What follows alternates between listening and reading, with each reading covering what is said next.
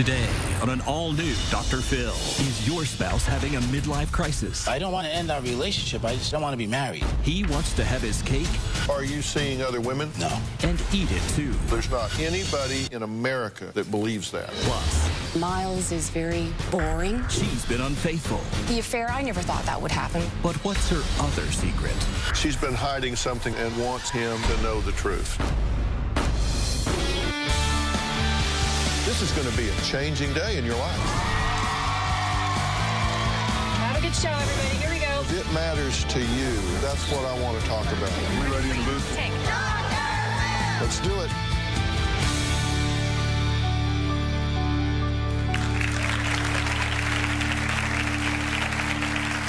All right, imagine this. One day, out of the blue, your spouse just tells you, I don't want to be married to you anymore. I just don't. You sit there shocked until you realize that your spouse is nearly 50 years old. He's going back to the gym, getting a new wardrobe, joining Facebook, and wants to buy a Harley. Or it's a wife who says she's unfulfilled with you, wants to go back to school, and has a 2-year affair with someone she says is just more exciting. And then it hits you. These are all the signs that you have been thinking about as defining midlife crisis. Leaving your marriage torn apart. My husband, Tony, is going through a midlife crisis. I don't think I'm having a midlife crisis. I'm just trying to find my purpose in life. Tony told me that he didn't want to be married anymore, but we just had a phenomenal marriage. I feel like I've been duped. I didn't want that label of being married. And he started to change his behavior. Tony started to worry about his appearance a lot more. He wanted to lose weight. He got his teeth whitened. They talked about things like liposuction. I don't think there's any reason why I shouldn't try and take pride in my appearance and look good. I wanted to buy a new Harley Davidson. If I want to buy a shiny toy for myself, I think I deserve it. Well, I would like to take piano lessons. Why shouldn't I be able to do young, fun things? He was wearing his wedding ring on his other hand. And when I asked him about it, he was like, it bothers my hand sometimes. Tony retired, and he got a private security job at a local casino. Tony made it pretty clear that he did not want me around the casino. I like positive attention from females. I flirt. I started to wonder if he was having an affair. He joined Facebook. Tony was becoming friends with a lot of women on Facebook. I'm not actively looking for anyone else. I want that option. The very next day, he said, I want a divorce. When the divorce is final, I will have more freedom to do what I want to do. You like being with me, don't you? I don't like dealing with the pressure. I do love Jill. I don't want her out of my life. I just want to take care of me right now. I need to take care of Tony. I want to shake him and say, what the hell are you doing? Well, not a bad question. What the hell are you doing? Yeah, that's her question, right? Because you are on the brink of divorce, right? Yes. Would you agree with that? Yes. Do you want that? You want a divorce? Yes. You want out? Yes. And you're hoping, what, to not do that? Well, I have been hoping since we first split up, since he first told me, that he would change his mind, that, you know, let's go to counseling, let's go to church together, come with me, you know, do what you should do. And it's funny because we've watched your show, and so I've talked to him about, you know, be a man. You're the leader of the family. You don't just walk out. I get the fact that you know, sometimes don't want to have responsibility and want to go to the gym 5 nights a week or do whatever you want to do, but that doesn't mean you ditch your whole family. That's just not okay. What's wrong with you?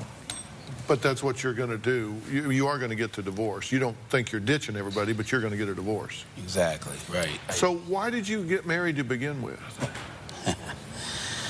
Well, because, you know, I love Jill. I loved Jill at the time. Things were great. And I didn't want to lose her. I'm kind of a people pleaser, and I wanted to please her and make her happy. She had been saying, oh, I want to be engaged by the end of the year. I want to be engaged by Christmas. And you actually told me. I promise that by the end of this year, we'll be engaged. So when he says that, it was like he was saying it to me. He was saying, you will have a ring on your finger by the end of this year. So you didn't want to get married. Is that what you're saying? She pressured you into it? Yeah, I felt pressure from her to do that. But you could have said no. I could have said no, but I didn't want to rock the boat, upset her, hurt her So feelings. why rock it now? Good question. You didn't want to rock it then. You're rocking the hell out of it now. Well, You're 2 weeks from divorce. Right. Yeah, well, you know what? At some point in my life, I realized I need to start being more assertive and doing what I need to do. Yeah. Well, For this me. is what kills me, is that he was a police officer for 20 years. So he knows how to be assertive. And I'm like, here I am, little old 5'2" me, saying to him, are you kidding me that you didn't want to marry me? Why not just say, Jill, I love you, I care about you, I've enjoyed our relationship, but let's just stay living together. I'm okay with that. And, you know, I'm like, so you marry me to bring me to this point. I'm 48 and now just go, okay, well, it's been fun and now I don't want to be married anymore. Like, it just... What, do you want to be married to somebody that doesn't want to be married to you? Absolutely not, which is why I was the one that initiated. I actually finally, even though he initiated... So saying, you don't want the divorce, you just want him to not want the divorce. Because you don't want to be married to him if he doesn't want to be married to you. No, yeah, I don't want to. I would like him to say, you know, something, and to me, I feel like it's more of a spiritual thing that, you know, say, I'm going to do what I need to do as a husband. I did make that commitment and I'm going to follow through. I wanted to follow through. So you want him to man up. Absolutely. And I love when you say that, and I've said that to him a million times. Be a man, you have a family. Okay, well, and here's what he has said to us about this. He doesn't want to be married because you got to check in with your spouse and you got to provide financially. He doesn't like the responsibility of another person's happiness. He said, I don't want to be accountable to anybody. You're pressured to spend time with your spouse. You don't have freedom to go do what you want, to go hang out with your friends and go bowling. And you get looked at strangely when you're married and you're flirting with other women. Yeah. Yeah. So it's just this whole, you want to go run and play. You just want to go date around and have a good time. No, I'm not saying that's wrong. I'm just saying this timing's not good, but that's what you're saying. You don't want people looking at you funny if you're flirting with other women. No, I just feel, not that I want to go running around and dating, but I just feel that I want to be in a relationship, an in a committed relationship because I want to be in it, not because everyone says you have to be in it, or, well, you did this, or you made your bed, so, you know, I don't believe you have to be married to have a good relationship with someone. But right at this point in my life, I need to take that. Something about marriage has some underlying pressure, that word marriage, the paper. You know, when you get married, right? We get married by someone religious in a church or by a priest, but when you get divorced, you go to court. Yeah. So, that's because the church doesn't want you to get divorced. Right. So you have to go somewhere else to get that done. I didn't go to it. Well, we'll still be married. No, we went away by ourselves to the Bahamas because, you know, it was simple that way. You think he's having a midlife crisis? Well, after he retired from the police department, he definitely changed.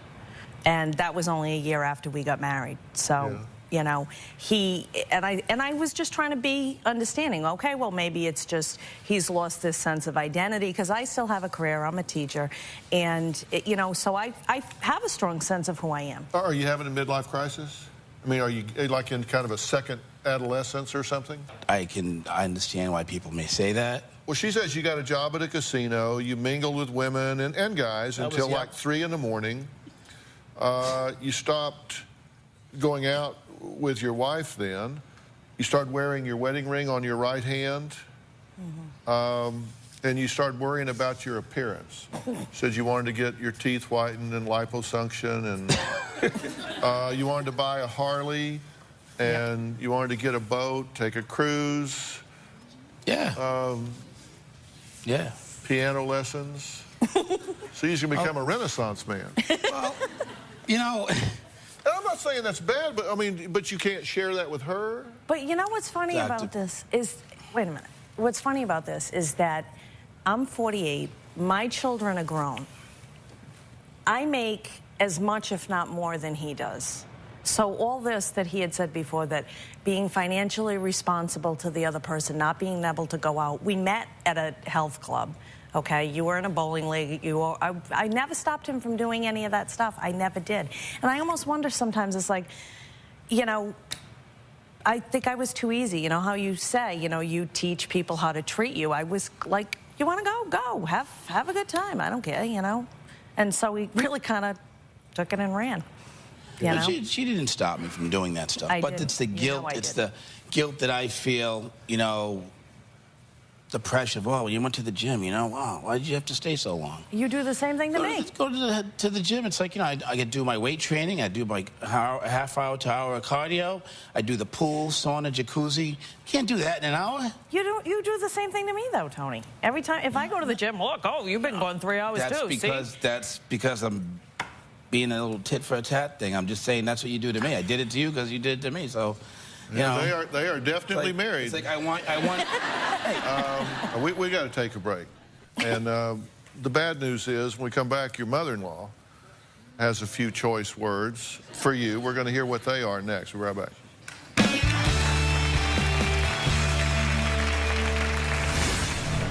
I just don't want to be married. What about your friend Oprah, right? She's not married, but she's in a meaningful relationship. Why can't you be in a great relationship and not be married? Monday on an all-new Dr. Phil.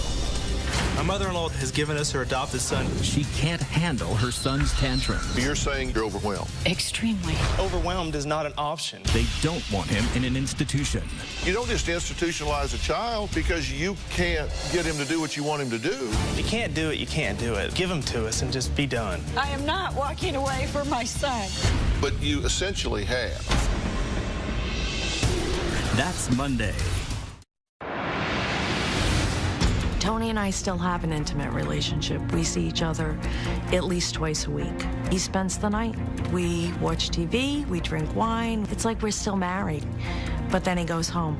It's really, really hard because this is just not what I want. I don't want him to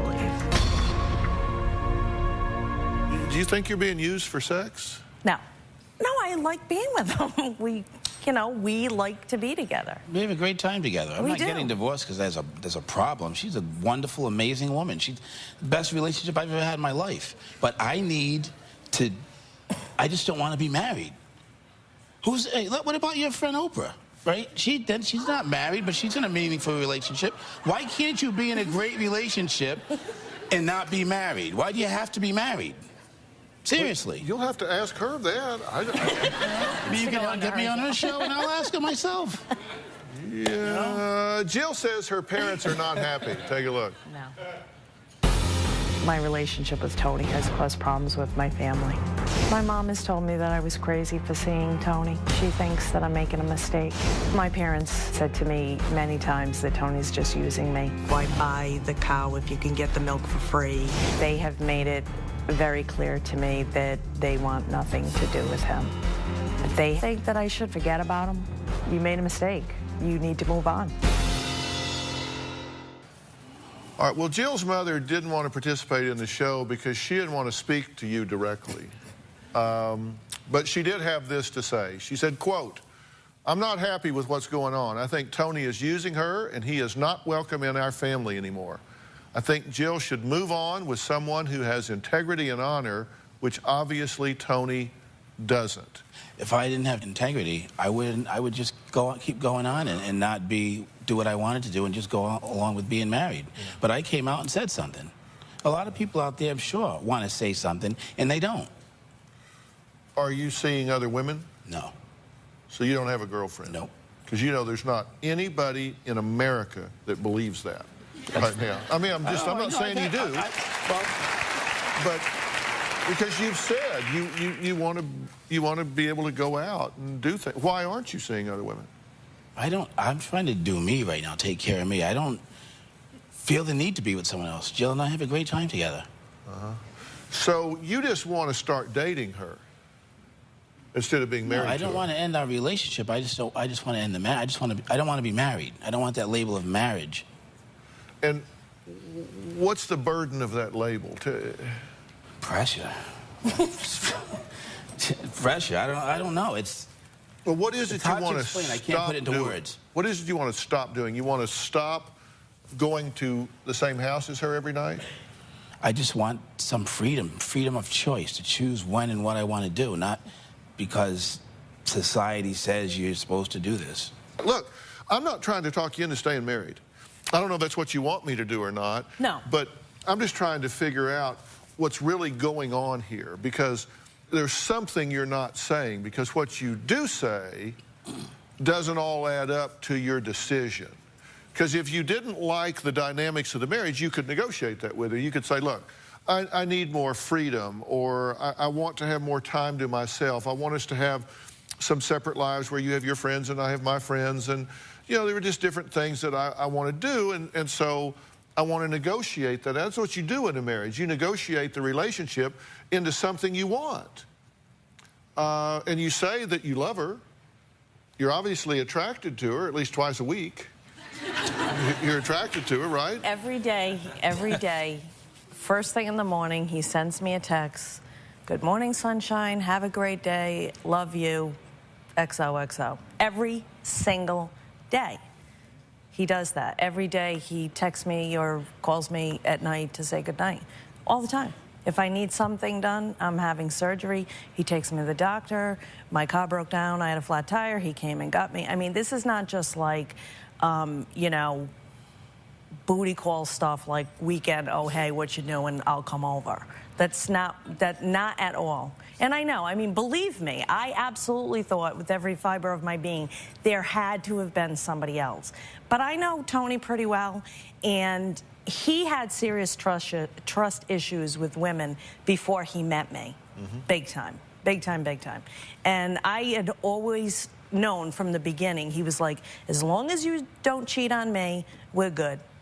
And I said, I never will. I love you, I adore you, and I'm committed to you. And so that's why, although it seems to most people that he must have a girlfriend or whatever. No, I mean, you know, that would be a common yeah, occurrence. of course but it is. I guess my question is, why do you want to be with somebody that doesn't want to be with you?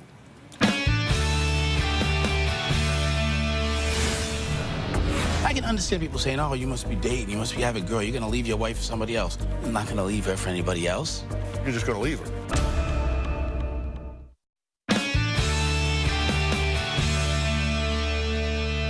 My question is, why do you want to be with somebody that doesn't want to be with you? I don't think, but I don't think it's, honestly, I don't. No, I'm saying being married. You want to be married to somebody that doesn't want to be with you. You know something? Because you know something? I think I made a mistake when I married him because, or at least, had he been honest with me from the beginning, I wouldn't have married him. But I think we'd still have a relationship with each other regardless. If you hadn't married him. Yes, and I didn't think we would have. That's why I asked her to marry me. Because I didn't want to lose her. Right. And she had, over the course of time, talking, whatever, she had said things, oh, well, I don't know if I can, marriage is important to me. Her faith is important. I don't know if I can just be with somebody and not be married. I want to be a wife. I want to be married. So that's in the back of my head. But most women do.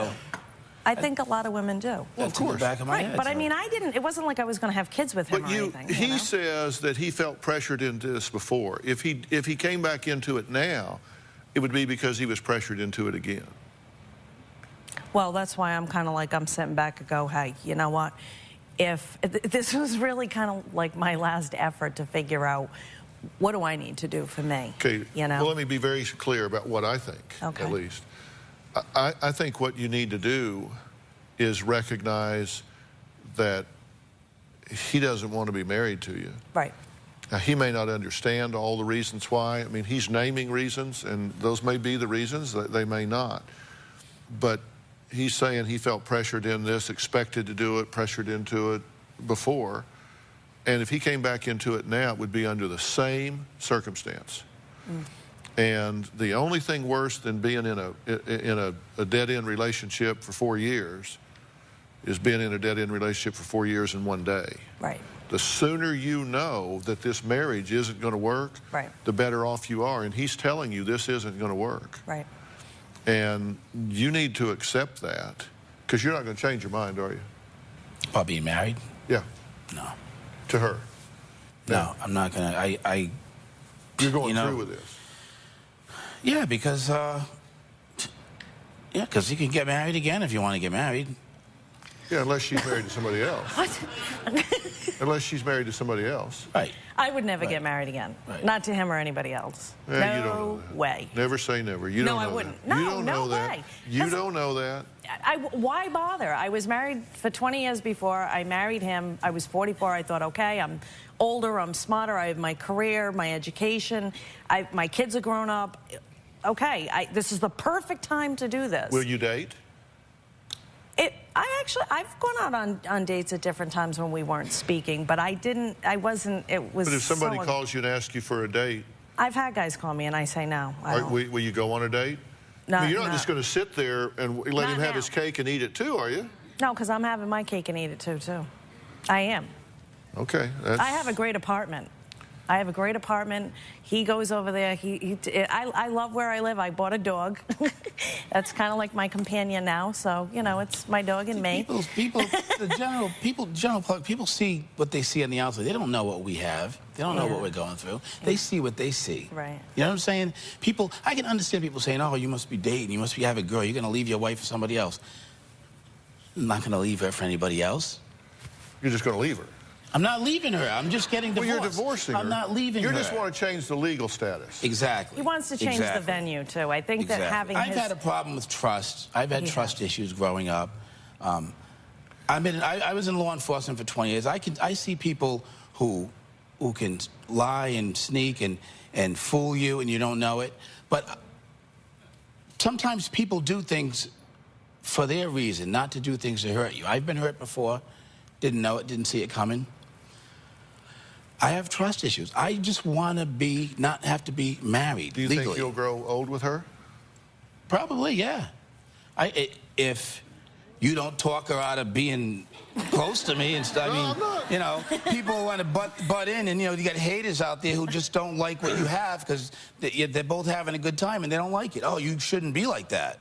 You should, you know. No, hey, listen, I'm the least judgmental person you ever met. Promise me, if you do what works. And if that works for you, but she's not happy about it, and she may or may not be around when you want her to be. She was less happy before when she wrote into your show. She's starting to understand more now as time goes on. And I've proven to her that, being nice to her. It's not like I'm trying to dump her or get rid of her. Yeah. Even through the whole splitting up, he never stopped being kind as far as behavior. Some of the things that he said, of course that hurt me. You know, I don't want to be married, the pressure, but I realized it wasn't just about me. So, am I summarizing this right? You want to cancel the paperwork and have a part-time relationship because you want time for yourself. Right now, I do. Okay, and if she's available later, if you want to upscale that and she's available later, then you would, and if she's not, she won't. Exactly. And that's a risk you're willing to take. That's a risk. I've thought about the loss that I have. Like I said, she's the best relationship I've ever had. She's a wonderful, amazing woman. She's done a lot for me, and, you know, I don't want to lose her, but I don't want to be married. I need to take a chance and do things for me sometime. And this is what I'm doing for myself. And I'm actually being honest to her and not just going along with this marriage thing because I'm supposed to. And you're going to continue to see him? Well, it's, you know, we talked about that. When the show's over, I'll have a better idea, I guess. Well, I think, you know, your counsel and your, you know, guidance kind of helps. I'm going to add another couple. I'm going to talk to another couple. I'm going to let y'all hear everything that we say there, and then I've got a question for you. And this next story, he blames his wife. So she's had a 2-year affair and says that's a midlife crisis, so it's flowing the other way. We'll talk to them after the break.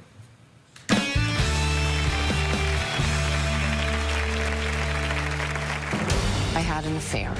My gentleman friend made me feel alive again. She feels like a trapped animal. That's what it's like to live with her. I haven't kissed my husband Miles in over 4 years. Miles is very boring.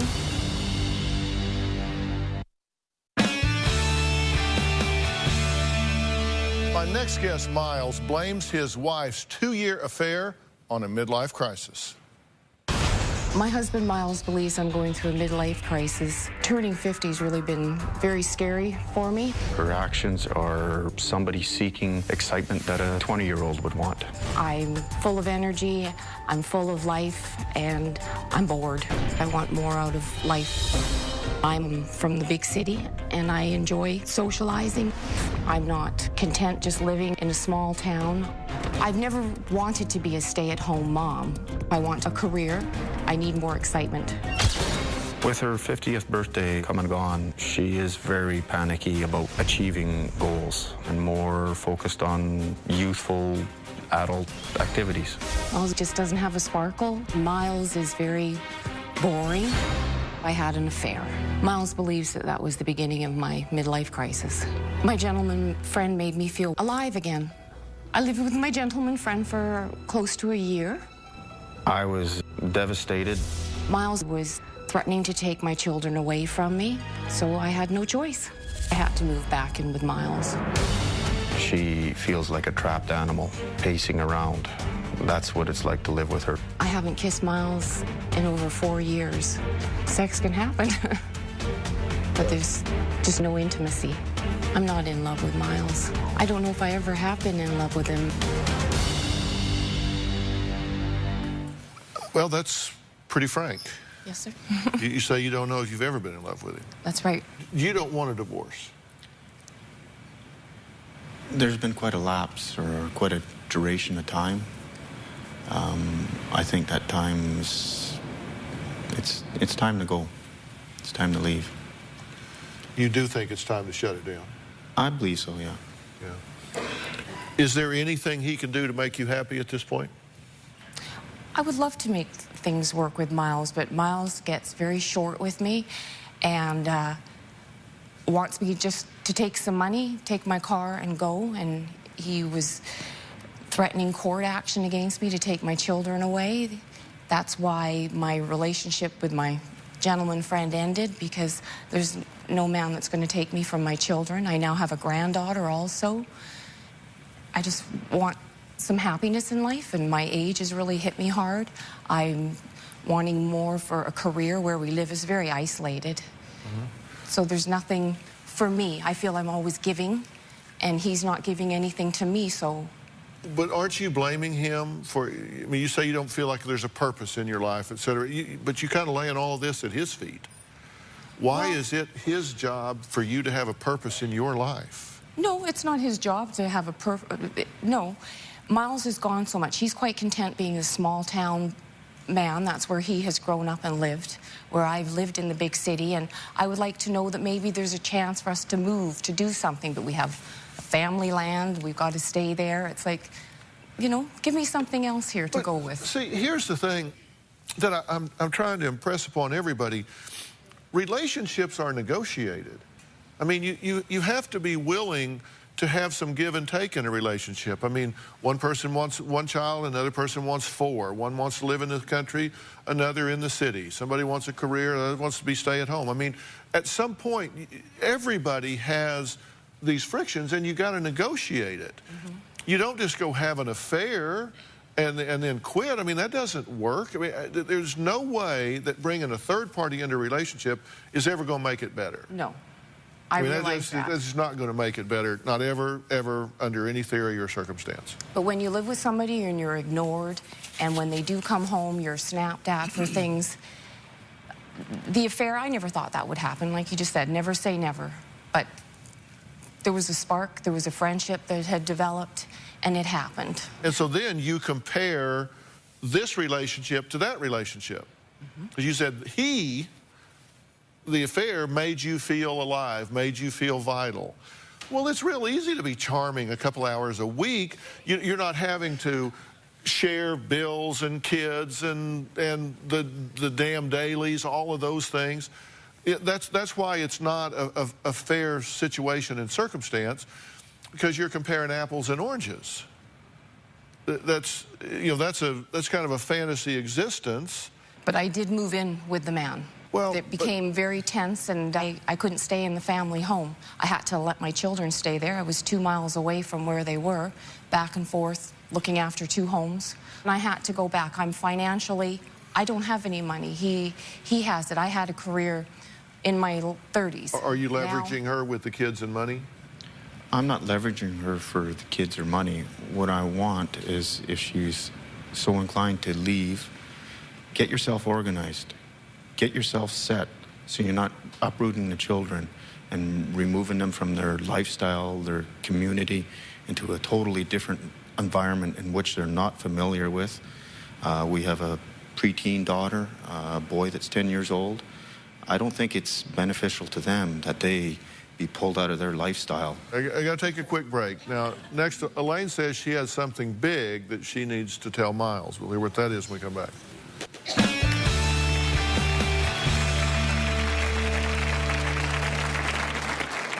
It's very hard to be with Miles when my thoughts are with somebody else. I was very much in love with the other man. Miles and I can argue about the littlest things. Miles likes to throw things back in my face. I'm high maintenance. Your boyfriend dumped you because you're high maintenance. Name calling. Miles has called me a slut, and that just doesn't go well with me. Well, Elaine says that she's been hiding something from Miles and wants him to know the truth. Take a look. It's very hard to be with Miles when my thoughts are with somebody else. I was very much in love with the other man. To this day, I still have very strong feelings. I do communicate with my gentleman friend. When I respond to his emails, I always sign, "Love ya, L." Miles doesn't know this, no. So you're still in contact with this person? Even though we just had this conversation that that's an all-around bad idea, bad deal, and you said, yes, I get that, it was a mistake, it is wrong, but yet you're still... We get the, twice a month, say I've had emails, and I do respond to his emails. Did you suspect that they were still in contact? Yeah, I pretty well suspected that. It doesn't surprise me. Right. How do you feel about that? Oh, just a low-life tactic on his part. The man befriended me. He integrated himself into our family. Then he becomes socially active with us. He became my buddy. We went fishing on his boat together. Rode horses together. So, yeah, no, the guy he's just... But he's moved away? Yes. Okay. Yes. And you have no intention of hooking back up with him, or you do? No, sir. He moved away, and then I received an email that he got married. Pretty good one, eh? Yeah. He got married, but I don't know. So he's newly married? He's newly married. And he's still emailing you? Yes. Well, it sounds like a real catch. No, I mean, seriously, the guy, I mean, he's gone off and got married, and he's probably, what, a year married? My sense of humor. Yeah. Yeah. Yeah. And then I respond back to it, and I have to learn how to just let that go. So you are going to get a divorce? I don't want that to happen. I don't want to take the kids away, but Miles is very angry with me, and I don't know how to get over that. Him to get over that, and I know what I'm doing is wrong, answering emails. Well, having an affair with some guy and then continuing to stay in touch with him, that will tend to raise a little ire in your husband. Yes. No. You know, that does upset you, right? I mean, considerably. Yeah, and I don't blame you for that. Especially when that's been something that she's maintained denial of, once again. Yeah. Are you going to get a divorce if she doesn't? Am I going to... would you file for divorce if she doesn't? It's currently on the books as a divorce is there, but it's been stalemated now for quite some time. Do you want to work on this? To maintain a family unit is very important to me. I believe the children would be very proud to see Mom and Dad come and seeing them at the Christmas concert. partaking in their hockey tournaments, if you will, seeing us work together. As a household, we do work together very well. Well, We can all get along, but that... yeah, but if it's an emotionally barren environment, if there's coldness in the home, I've said it a million times, I've had so many kids tell me they'd rather be from a broken home than live in one. And it's just tough. I've got some advice for both of these couples, very specific with verbs in my sentences when we come back.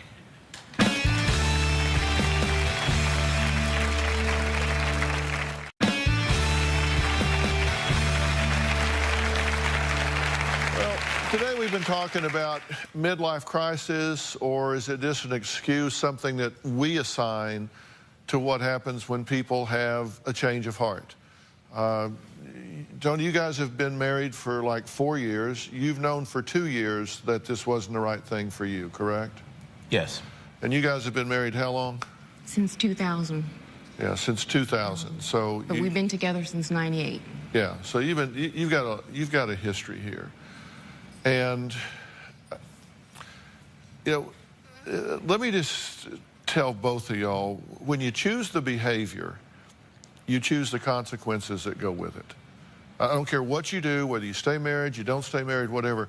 Every choice comes with a price, right? If you get a divorce, there's going to be a price that you're going to pay. You're going to give up certain things. Your children are going to pay a price if the two of you don't figure this out. Because kids that go through divorce, it does damage them. I mean, it hurts them. And kids have a unique way to figure out how problems in the family are their fault. I mean, they have this way of wrapping their head around, like, well, if we had been better kids, or if we hadn't caused this. They find a way that, you know, even if they say our parents didn't love us enough to stay together, I mean, this is going to exact a price on these children. And it's going to exact a price on both of you couples. And I'm going to tell you what I believe. I believe that in America, we get divorced too easily. We get divorced too easily. I think if you're going to get out of a relationship, you have to earn your way out. And when I say earn your way out, I mean you turn over every stone. You investigate every potential avenue of rehabilitation. You get help for yourself. You get help for the couple. You do everything you can before you quit. And if that means couples therapy, individual therapy, reading, exploring, taking a break, whatever you have to do, you do it. So at the end, you can look yourself in the eye, in the mirror, and say, you know what? I did everything I know how to do. And you've had an affair. At some point, you're going to have to, no kidding, stop that. Now, this guy you've had an affair with has gone off and got married and is still now talking to you. Now, come on. Yeah. You know, that's not a prize egg. I'm not a stupid woman. I realize that is. But that's not so a prize wrong. egg that you've got there. No. Based on that. At some point, you've got to be willing to look your husband in the eye and say, I'm done with that, and I will commit to trying to find some way to rehabilitate our family unit here. That's why I came to see you. And you've got to be willing to say, I am going to find it in my heart. I'm going to choose to forgive this. But he's got to know, if and when he does that, that it's done. It's hard to forgive somebody for stomping on your foot while they're stomping on your foot. You got to at least quit stomping long enough for them to say, okay, that's in the past. But it's in the past. You got a current email from the guy.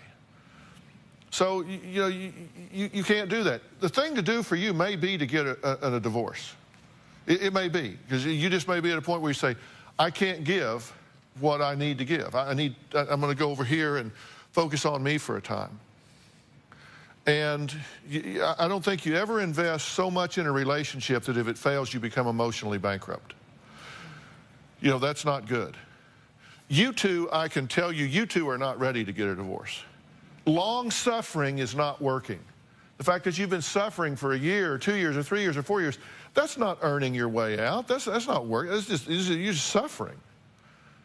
There are things you need to do to try to find a way to renegotiate this, to rekindle things, to get focused on each other again. And I don't think you stay together for the kids, but I think you work at this and earn your way out. So both of you can say, we're getting a divorce and we have no unfinished emotional business. And right now you have lots of unfinished emotional business. True? Yes. You have feelings. You have a lot of unfinished emotional business. You guys have unfinished emotional business. And if you do want to be in a relationship with her long-term, married or otherwise, you really need to focus on that unfinished business. You need to talk it through. She is hurt by this. She is damaged. She is in pain. She is feeling like, okay, I got married and I gave him my best. And it just wasn't good enough. I did, you know, I gave him the best of who I am, and he has said, sorry, not enough. And that hurts, does it not? Yes.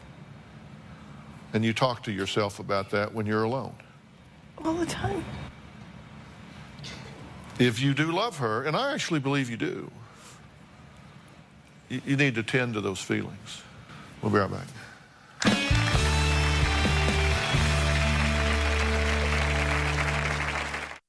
You know, we've been talking today about people just hit a midlife crisis, or do things just change in life? And, you know, I don't know what midlife crisis means. It's just a word. There are a lot of warning signs that most people use to define it. I'm going to put those on drphill.com. You can look at them and grade your own paper and see if you're in a midlife crisis. If you are, you know, maybe it's hormonal, maybe it's emotional, maybe it's circumstantial, maybe you're changing inside.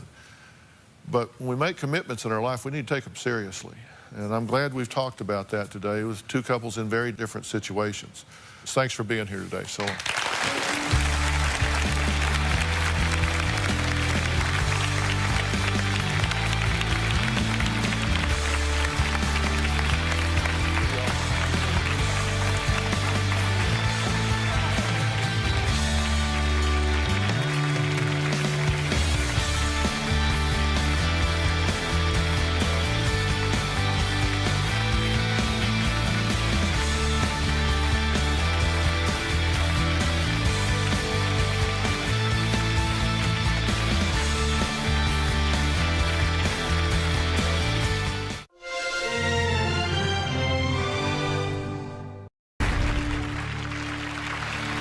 Did you know that your emotions could actually be damaging your heart, and you wouldn't even know it until it's too late?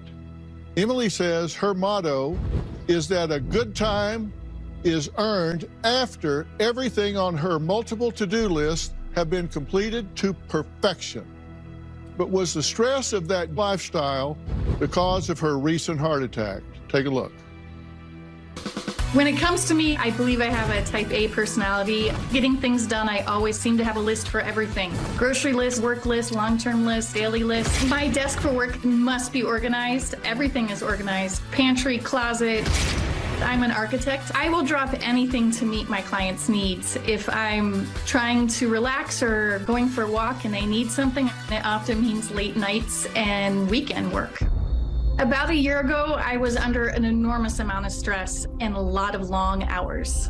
In my personal life, I had extra stress because I was preparing for a dinner party. I went to the dryer to pull out some clean linens, and when I opened the dryer door, I found my little baby kitten, Rufus, lifeless. He was dead. I was struck with so much guilt and grief. I was absolutely beside myself. I was so upset, I began having chest pains. I went to the emergency room. What I found out was I had a stress-induced heart attack. I was in the hospital for about 2 days and then was released and went back home and straight back to work. I was back on the phone making work calls, and within minutes, the pain returned. It was even worse. I went back to the emergency room. It was like, I can't believe this is happening to me again. I was in the hospital for another 3 days. The doctor was very clear with me that I needed to reduce my stress or I would end up back in the hospital. So I don't even know where to start and where to begin. The concept of stress reduction seems so foreign to me that it's actually stressing me out even thinking about it. Okay, how you doing today? I'm all right. It's a lot of stress. Yes, I bet it is. Stress for being here, stress for not being there. taking time for yourself. That's not easy for you. It is not. Okay. Well, let me tell you how seriously I take this on your behalf. Okay. My intention today is that you're going to change some things in your life so you don't die. What'd you hear me say? Change things in my life so I don't die. Yeah. Does that land on you? So you don't die? Oh, I understand how serious this is. I'm a type A type person, so I get you. I mean, I really get your commitment and wanting to do things and how buttoned up you are and committed to your profession you are and all of that. But I also know what I think you deserve.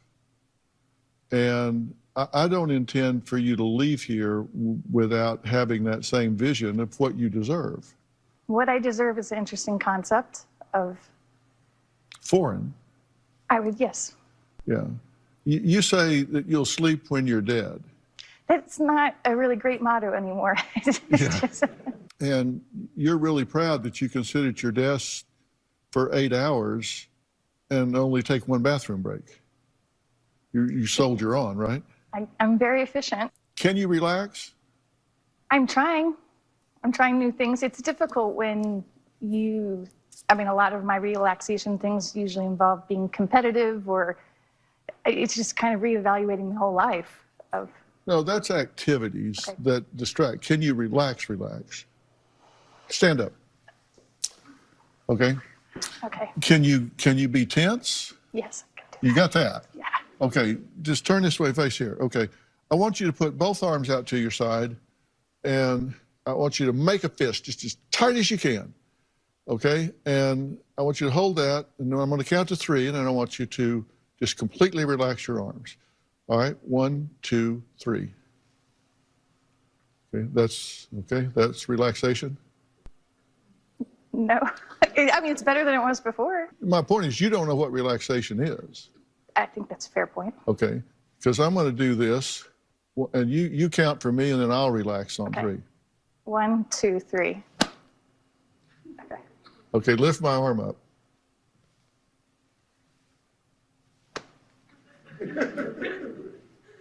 Okay. Now, when I lift yours up,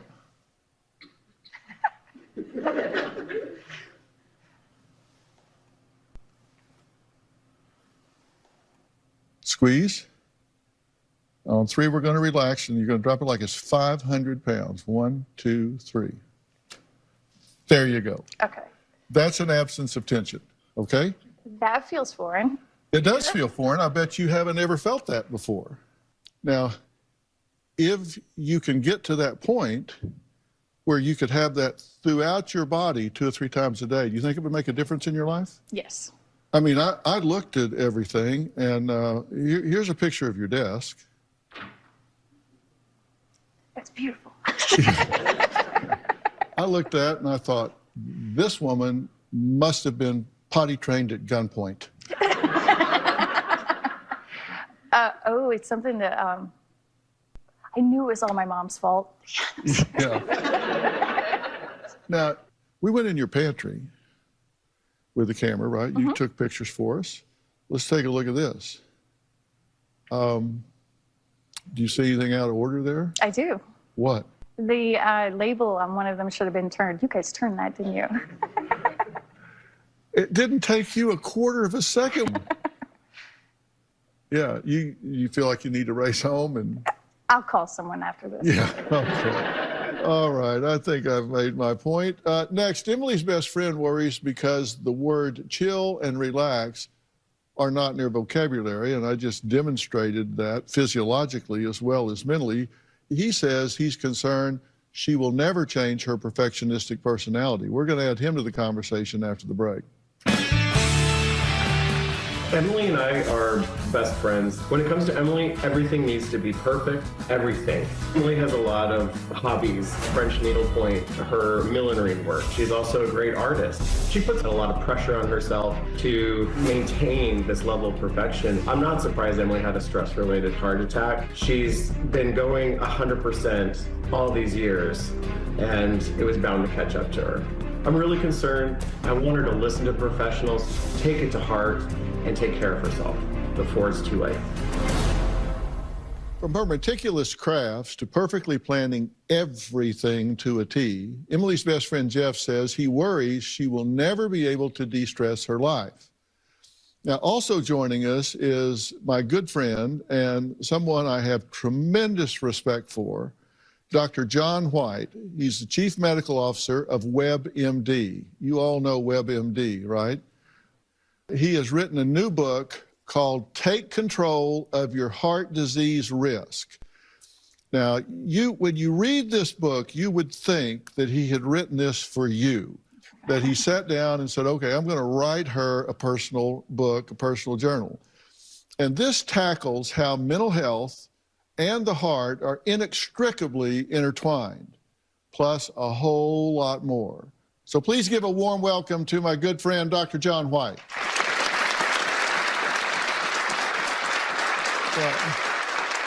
Doctor, thank you for being here today. Thanks for having me, Dr. Phill.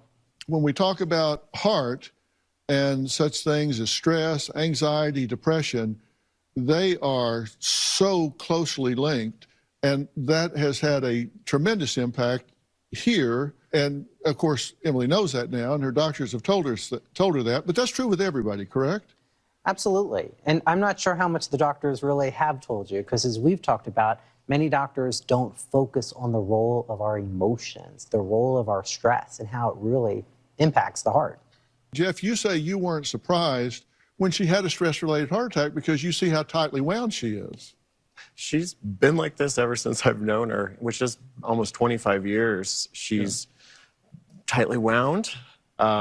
She can have fun, but I don't know if she's relaxing. And it's wearing you out. You're wanting to be perfectionistic, and in fact, you're out of control, not in control, because you're not paddling your own canoe. You're just responding to what everybody, phone rings, you answer it, get it done, phone rings, answer it, get it done, phone rings, answer it, get it done, instead of being the captain of your own ship here. And if you were truly in control, you would have a balance of health, recreation, work, stress, achievement, all of those things. And that's what you're going to have for longevity, and you can have that. And you can reset your stress levels throughout the day, true? Absolutely. It takes work, but you can do it. And if it's somebody that's buttoned up like she is, you just work it into the schedule. And that might be something that works for you, to actually scheduling time where you can enjoy yourself and focus on that self-care. If you take a few times through the day, like every 2 or 3 hours, and you do some things that efficiently de-stress yourself, it's like, the cup fills up with stress, and you take even 5 minutes to empty that cup of stress. It will take hours to fill back up, and then you empty it again. Your efficiency, the efficiencies with which you discharge your responsibilities, do your work, will go up as much as 30 or 40%. Now you're talking. You talk about take control of your heart disease risk, and a big part of that is recognizing that your emotions and your stress do interact with your heart, even to the point of changing its anatomy. That's right. And there is no physical health without mental health. And we don't focus enough on that. And what's happening with this chronic stress that you're having is it's causing these release of norepinephrine and epinephrine. And in the short term, that's good. But in the long term, it's clamping down on your blood vessels. It's increasing blood pressure. It's decreasing blood flow to the heart and vital organs. And that's what's causing those symptoms of chest pain and a heart attack that you're having. There's a physiologic reason why stress damages the heart. I bet if we measured something called C-reactive protein, which you know is a measure of chronic inflammation, I bet yours would be pretty high. And inflammation in the short term is good if you damage your foot, but long term, inflammation is going to damage your cells and actually increase plaque in your blood vessels, and that increases your heart disease risk. Yeah, I was thinking about this a couple of nights ago, and this just came to me. I envisioned, your headstone. Here lies Emily. She wasn't lazy. You don't want that on your headstone. Or here lies Emily, too busy to rest in peace. Or here lies Emily, no time to live, but plenty of time to die. You don't want these on your headstone. My dad would be really proud of the not lazy one, though, I think. Yeah, he would be a lot more proud for you to come over and spend some time with him. That's what he would really be proud of. And that's what you want. I'm a dad, so I know that. And when you say that really got you, what do you mean? I think this entire situation has really made me question my mortality and sorry. I think I'm gonna need that. Yeah, it's all right. Go ahead. Just talk through the tears. It's okay.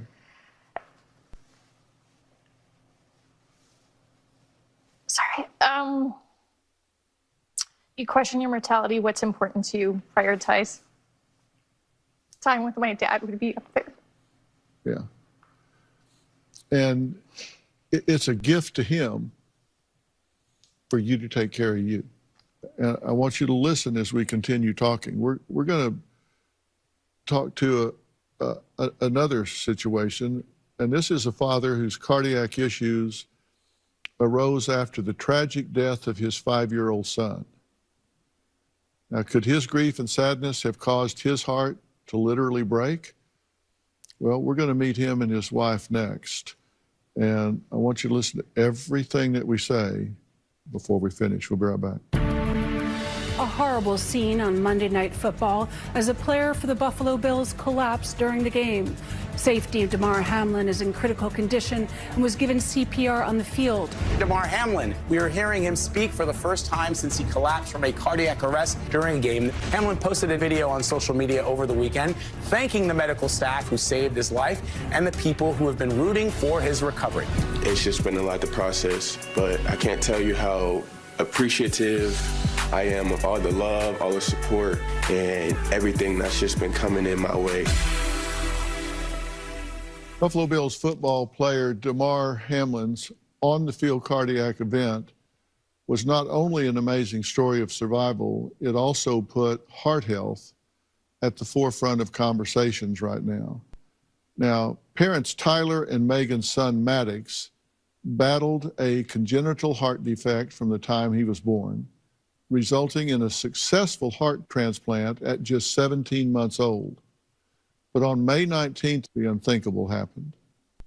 Our son Maddox was very special to us. He was the light of our life. Everything excited him. Maddox loved to wake up in the morning and tell me, "Mama, it's daytime." He was excited to start his day every day. About a year ago, everything changed suddenly. Maddox woke up not feeling well. We noticed his color was very pale and bluish. We called 911 immediately. On the way to the hospital, he ended up flatlining. His last words to me were, "Mama, I don't want to go." We watched the team of people each take turns trying to resuscitate him. It was like an out-of-body experience. I just wanted him to come back. They were performing CPR on Maddox for about 45 minutes, but nothing ended up working. I just asked them to stop the CPR and allow us to hold Maddox. One day, Maddox was just fine, and the next day he was just gone. Tyler says that his depression and heartache over losing his little boy may have caused him to have his own heart issues. Losing a child is the worst pain in the world. I wouldn't wish it on anyone. When Maddox passed away, I felt like a part of me died with him.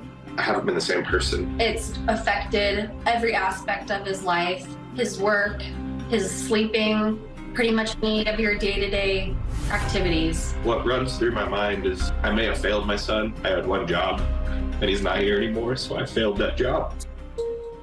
There have been times I didn't want to be here anymore. I felt I needed to be with him. In the past year, I've fallen into a deep depression. Every day is hard to the point where I just feel like I'm a zombie to get through it, numb with no emotion. Feels like Tyler's spark is gone, like his fire's been put out.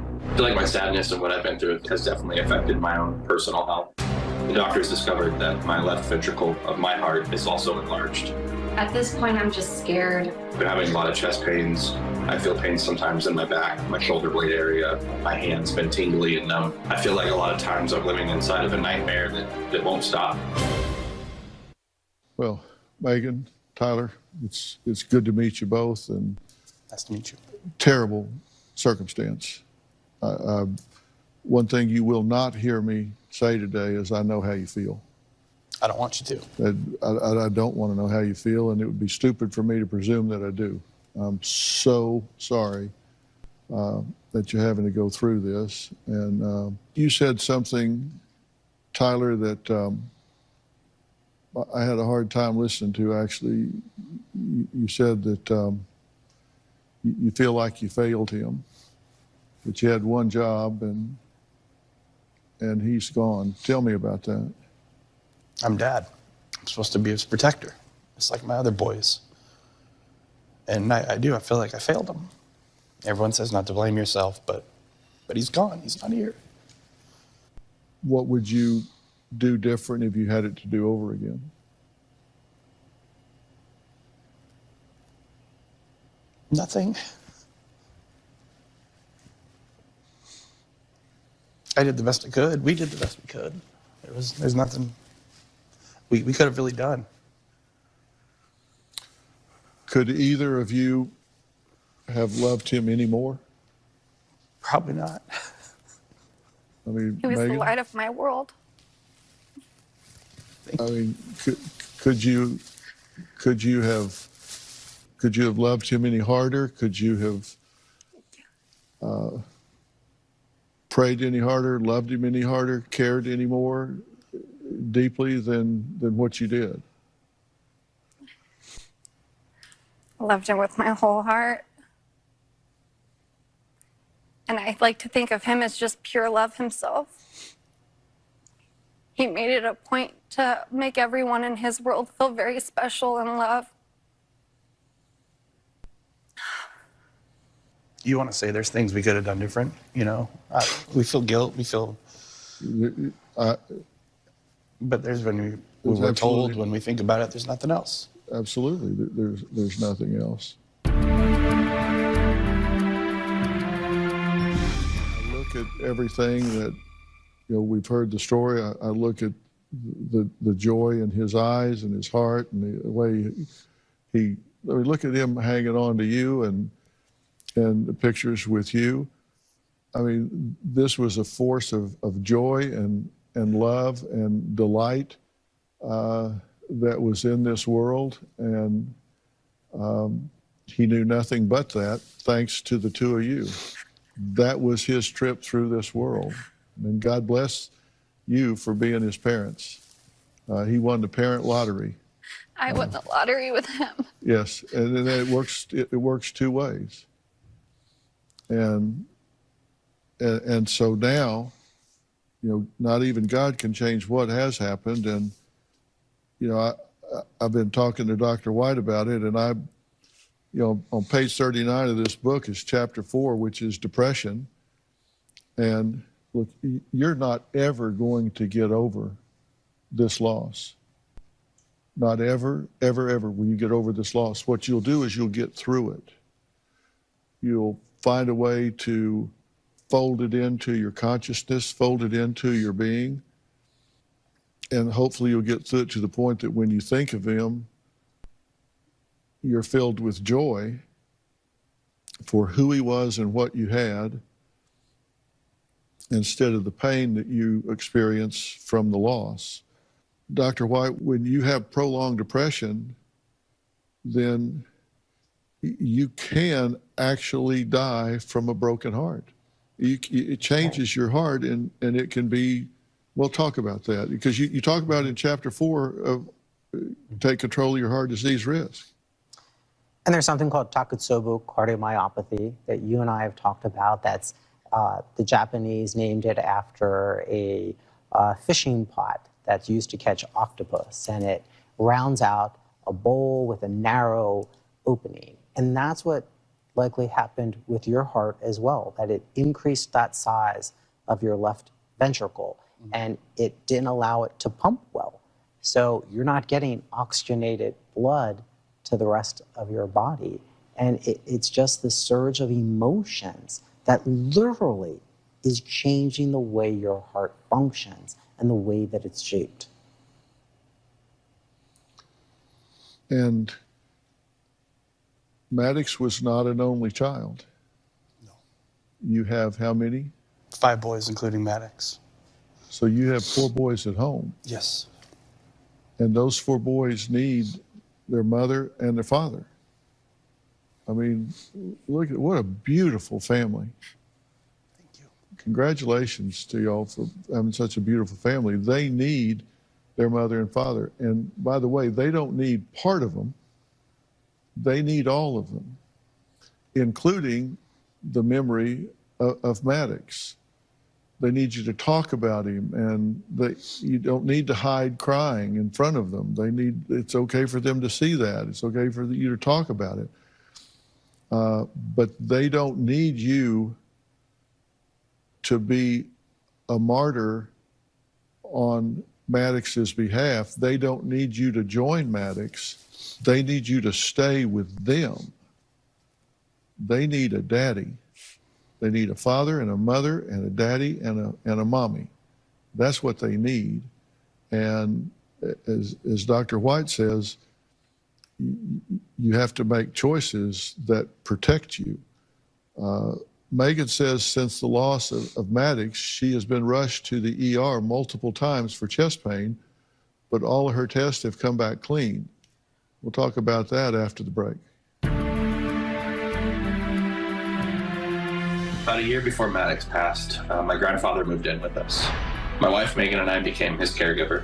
Grandpa and Maddox were extremely close. Maddox would run in and sneak ice creams to Grandpa. Anytime we'd come home from being gone, as we'd come in, and Maddox first thing he would do, "Grandpa, we're home." When Maddox passed away, Grandpa was completely devastated. A week after Maddox passed, Grandpa walked out of his room and collapsed. Immediately we called 911. We were doing CPR with him. Yeah, the ambulance got here and rushed him to the hospital. When we got to the hospital, the doctor told us that Grandpa had passed. I believe my grandfather died of a broken heart.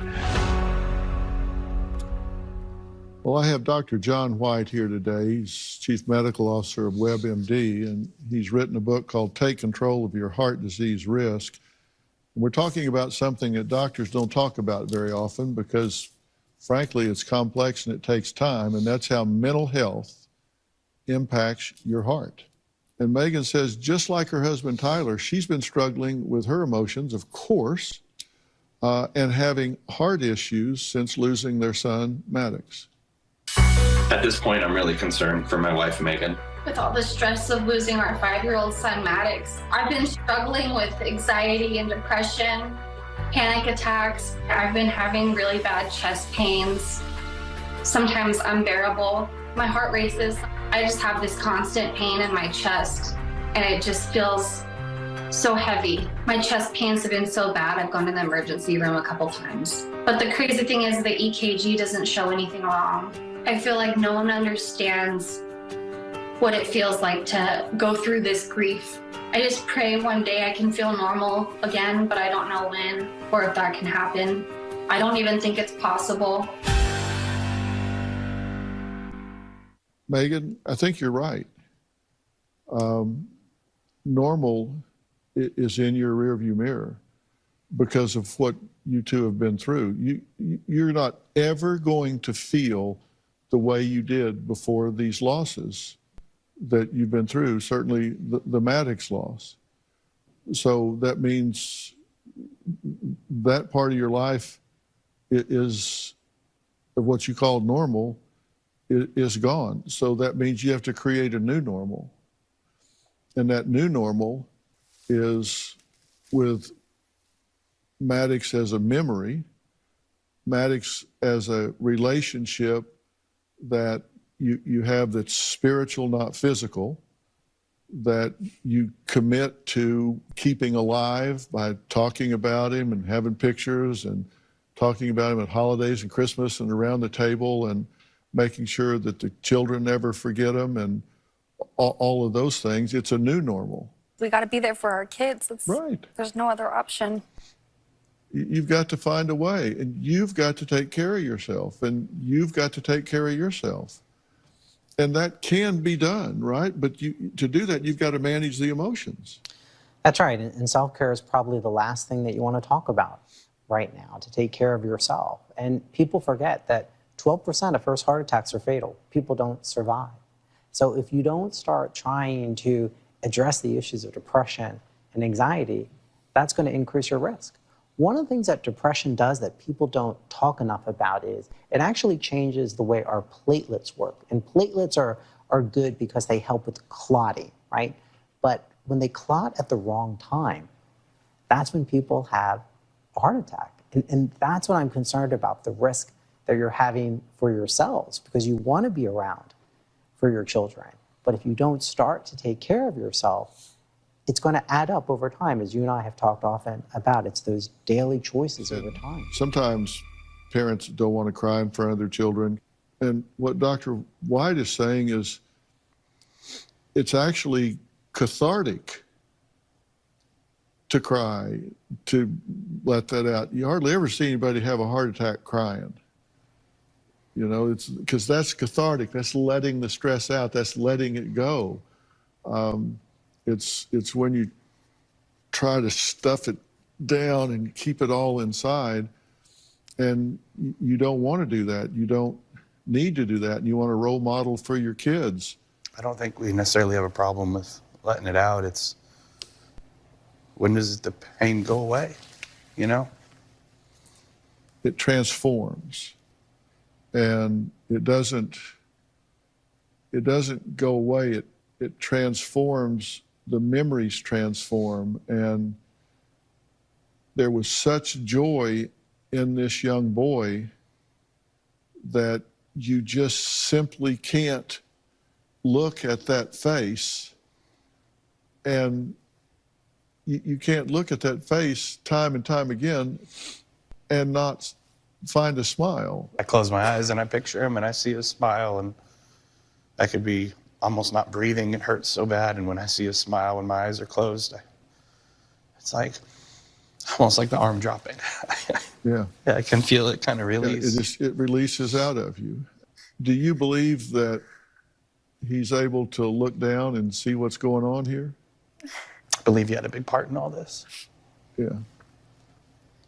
I had a clergyman share a story with me about this one time, and because it just makes no sense why God would take children like Maddox. No, it doesn't. It doesn't make any sense. And he was relating how every day in heaven all the children would gather around God, and they would all light a candle and go walking, and there was always one little boy that would sit to the side and never go on the walk. And they asked him, "Why won't you go walking with all of us?" And he said, "Well, I can't." And they said, "Why?" And he said, "Well, every time I light my candle, my parents' tears put it out. And I believe it. Until they find a way for me to be a source of joy, I can't join in." And you'll get there. I'm afraid to get there too at the same time, though. But that doesn't mean you're letting him go. It doesn't mean you're betraying his memory. It doesn't mean that you're letting him go. It just means that he's no longer a source of pain for you. And the sooner you get there, in your own time, in your own way, you'll be a blessing to your 4 boys. And they deserve both of you. Next, Dr. White is going to demonstrate how to perform hands-only CPR on an adult or teen, because you never know when you just might need to save someone you love. That's after. All this hour, we've been talking about the undeniable connection between physical and mental health, and how certain emotions like anger, stress, depression, loneliness, and anxiety can actually cause biochemical changes that can translate to physiologic alterations in our hearts. That's why I've teamed up with Dr. John White, the Chief Medical Officer of WebMD, for an exclusive series of columns in USA Today to discuss this very important issue and many others concerning your health, both mental and physical. The stakes couldn't be higher. So please tell your friends, family, and everyone you know to scan the flow code on the screen. Just open the camera on your smartphone, aim it at the Dr. Phill diamond, and click the link that pops up to see our article in USA Today.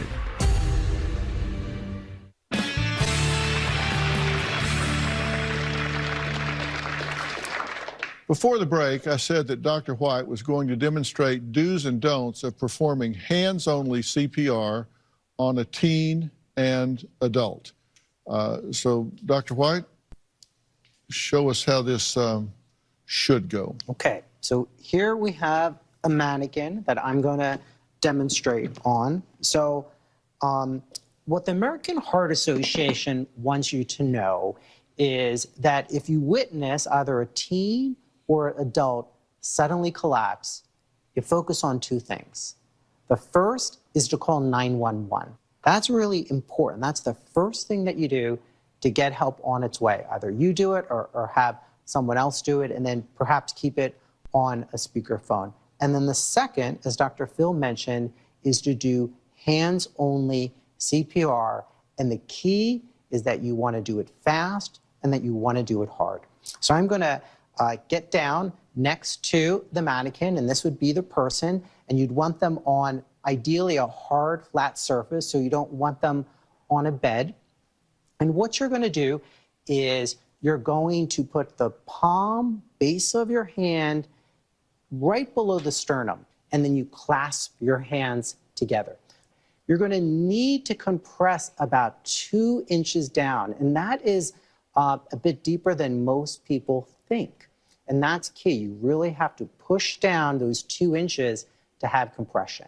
And then you want to feel a recoil, the chest wall come back up. And the key is to do this about 100 to 120 times per minute. So it's a pretty fast pace that you're doing it. And you're doing that until help arrives. Dr. Phill, if you see someone collapse, time really is of the essence, and you need to get oxygenated blood to the rest of the body after you call 911. Okay, you put the... And they survive. Yeah, So. I want to thank all of my guests today, and a very special thanks to Dr. John White. His book, Take Control of Your Heart Disease Risk, is available now wherever books are sold. And everyone in the audience is going home with a copy from Dr. White. Now, before the audience leaves today, we reached out to the American Heart Association, and they sent their community CPR managers here today to demonstrate hands-on CPR for the audience, to give all of you an opportunity to practice chest compressions. To watch that and for more information about today's episode, or if you'd like to share your story, log on to drphill.com. We'll be discussing all of this on my social platforms, so you know where to find me. Be safe, and we will see you next time. Thanks for being here today.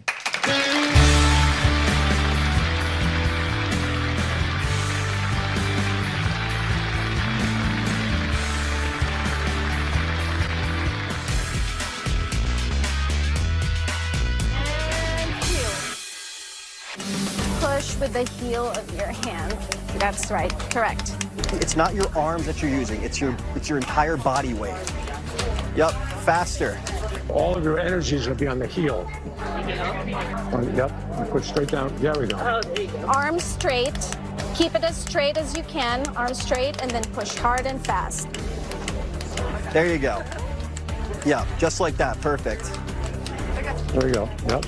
It's a good rate. Good. That's really good. Good job.